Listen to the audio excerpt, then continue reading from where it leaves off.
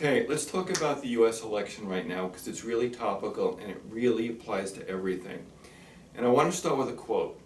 This is Robert A. Heinlein, the wonderful author, quoted as follows: "You can sway 1,000 men by appealing to their prejudices quicker than you can convince one man by logic." So keep that in mind. Now, before I delve into the election, let's just put everything in a proper frame. Go back to my very first video when we talked about the problems with the planet, which is really the problems with us. And you've got to keep everything in perspective because it's critical here. The planet is being destroyed by us. You must keep that in mind. We are overheating it, global warming. We are destroying the animals and the species that we depend on at a rate of about 100 times what would happen naturally. And to give you an example, we are destroying the bee population. And while that may not sound like very much, it is critical that you understand that 1/3 of all the food that we put in our mouths is related to the pollination of plants and trees by the bees. Okay? So, take away the land we're going to lose, take away the food we're going to eat, and you've got to understand the problems that's going to happen.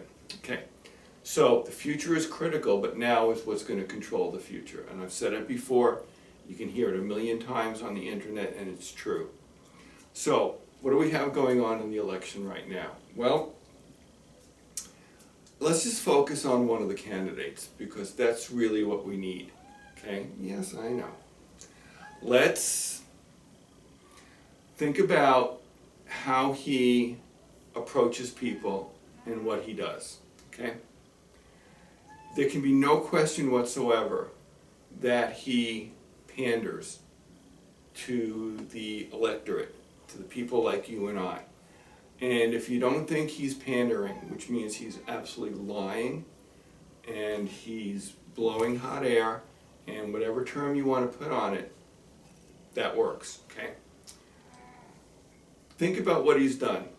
In all of the things that he's done business-wise, when he's dealt with smaller companies, with mom and pop operations, whatever it is, how many times, like most of the time, he will not pay them the full amount agreed to. He said, well, you're paid enough, that's it. And you think he's going to really take care of you? No. He's never cared before. He doesn't care now. He's just pandering for votes, okay? He is blowing hot air. He's lying. Look at the businesses that have failed and all that he's made, the money that he's made. Look at his prejudices and his bigotry. Look at his misogyny. Look at all the things that he's said, all the way that he's acted. What are you going to get out of it? Nothing, okay? And even just for a moment, if he could create all those jobs that he says he's going to do, right, that only applies to now, okay? Go back to what I said before. What about the future? Jobs now, too many people now, too much use of resources now is only going to destroy the future, okay? What does that do for your kids and your grandkids and all the future generations on that? Nothing. It is going to hurt them.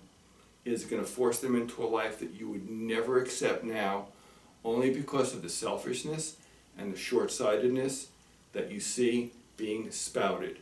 Okay, it is going to get nowhere, not what at all. Now let me just address the veterans for a moment. Okay, you guys think he's just talking security, and he's saying we're not going to do this with our allies, or we're going to go out and do this and get these people, etc., etc., etc. Well, that's all well and good, but I want the veterans to think about what they've done in their term in the service, whether it was in wartime or in peacetime. Basically, you've had two things that you've really been after.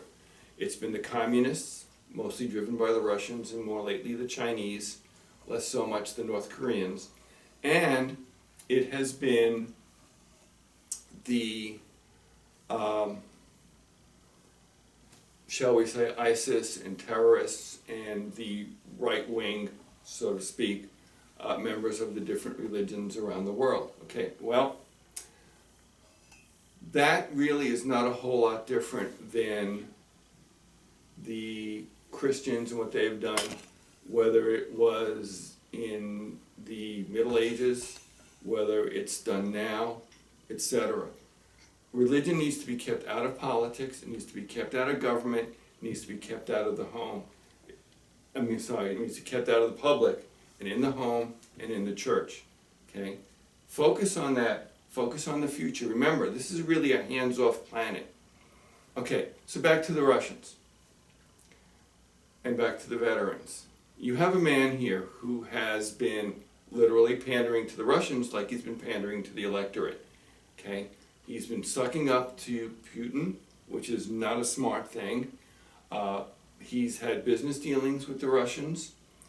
And until he releases his tax returns, which he should do, we have no idea just how much in bed he is with the Russians. But, veterans, think about it.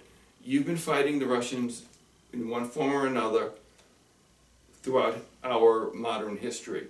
Why would you even consider voting for someone who is going to give them more power, who's going to bend to them, and who has been involved with them? Think about it. Okay? Everything he's said, everything he's guided you towards is not what you've really fought for. So put it all in perspective. Put the pandering in perspective. Put the way lesser in quotes, have been treated. There is no way our country is going to survive and our world is going to survive a so-called leader like this. Okay? We have to work towards the future by taking care of the present. Okay, you need to vote smart, you need to be intelligent, you need to get rid of the ignorance, and you certainly, to go back to our opening quote, you must get rid of the prejudice. Okay?